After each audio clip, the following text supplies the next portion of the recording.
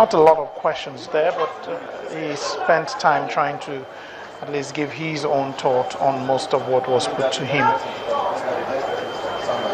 5 nominees listed to appear before the Senate today for the confirmation hearing for ministerial nominees. 2 have had their turn, 3 to go. And as the crowd of supporters make their way out, a new group gets ready to come in. And here we have the special assistant, senior special advisor to the president, making his way into the chamber, following closely the ministerial nominee, Mohammed Musa Bello. He's also coming in with a large crowd of supporters, coming to give him some, give him some support so he can confidently face the Senate. And he comes now to take a bow,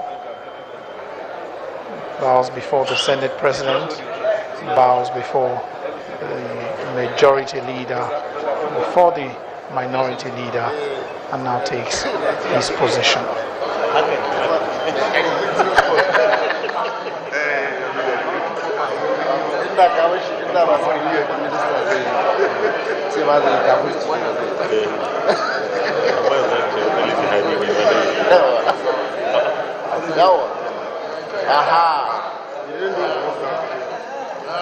Chairman, Abubakar.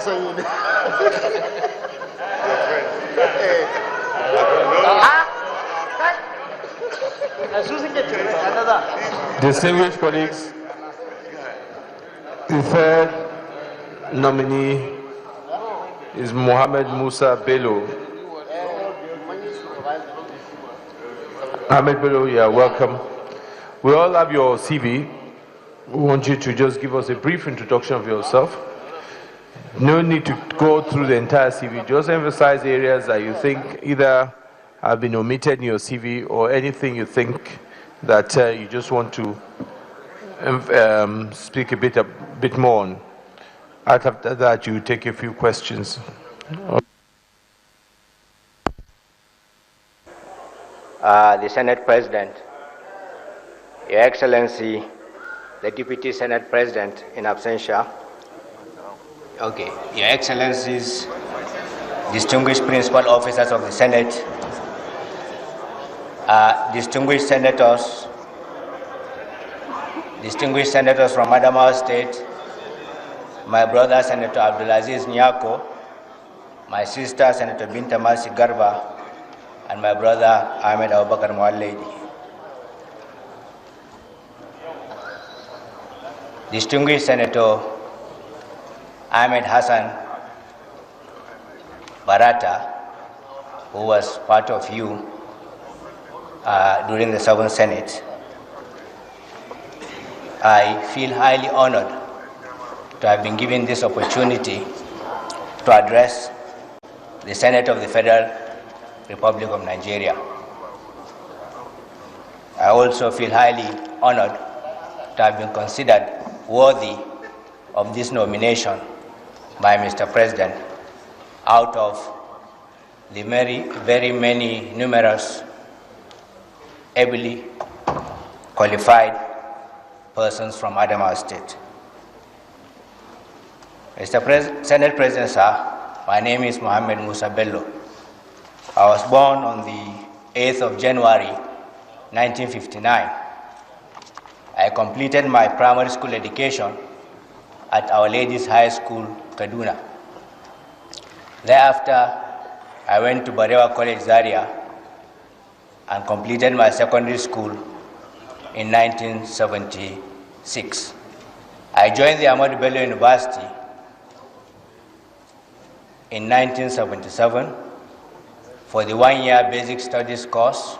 Thereafter, I continued in the university and graduated with a BSc in Business Administration in June of 1980.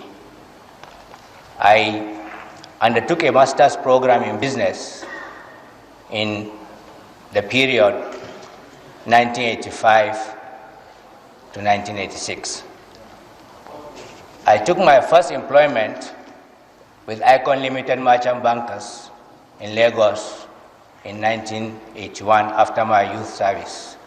I spent 6 years in Icon before I moved over to the private industrial sector, where I worked for about 20 years before I was appointed in October of 2006 as the chairman of the Presidential Committee on Hajj.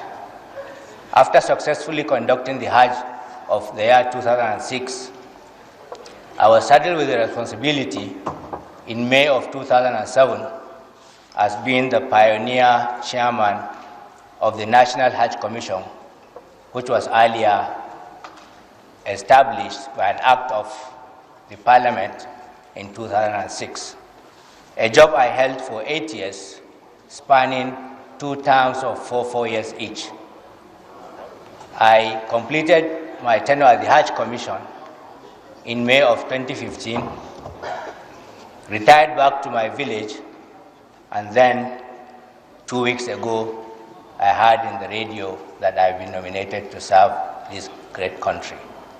So briefly, Mr. President of the Senate, this is Mohammed Musa Bello. Thank you.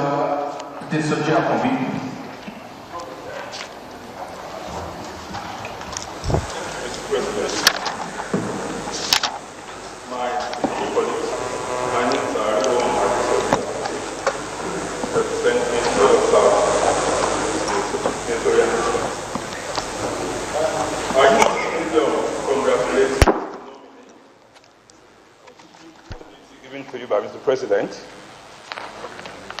Going to your CV, you were once a banker and also a seasoned administrator. You spent 8 years as the chairman of Hajj Commission. I'm sure during your tenure you have a lot of contacts with aviation sector of this country. As you are aware, as of today, that our airlines are presently swimming in debt. Their debt profile is mind-boggling.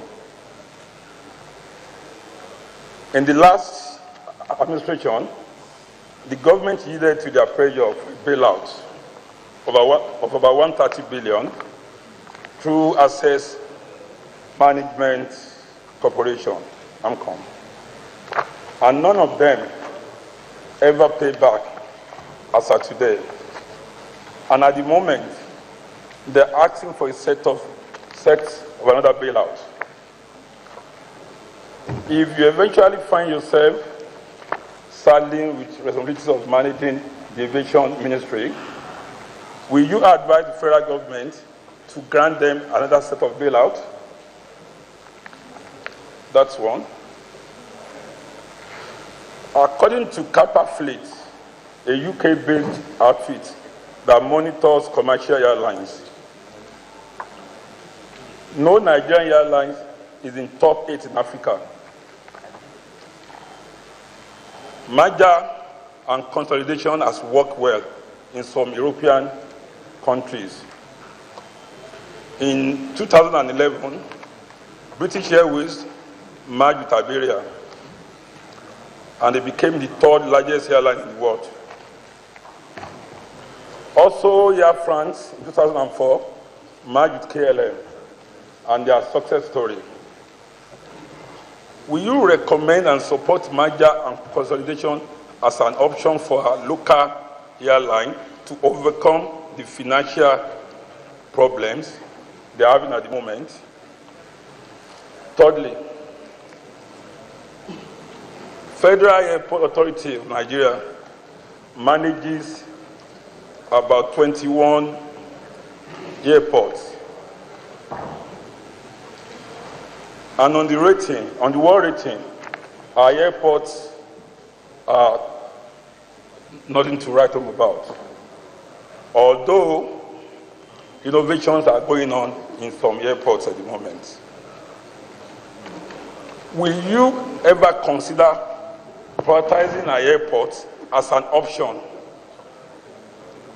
Because some European countries have done that too. They prioritize their airports, and right now it's functioning so well. Will you consider prioritization on our airports arrangements?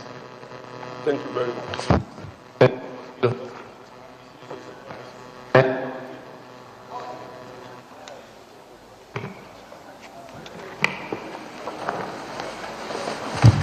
Mr. President, sir, distinguished senators. Mr. Nominee, my name is Senator Malam Ali Wakili MNI.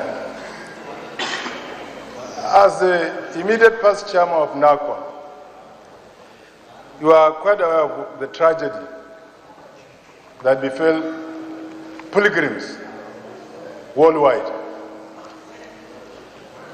Having spent 8 years there, you discover that Nigeria, year in, year out, sending pilgrims to Saudi Arabia, ranging between 50,000 to 100,000. If you look at the money, counting sum of money that will contribute to the Saudi Arabian economy is very great. But you discover that every year we have problems, both domestically and in Saudi Arabia. You discover that the pilgrims here, before they are taken to Saudi Arabia, they are exhausted. At the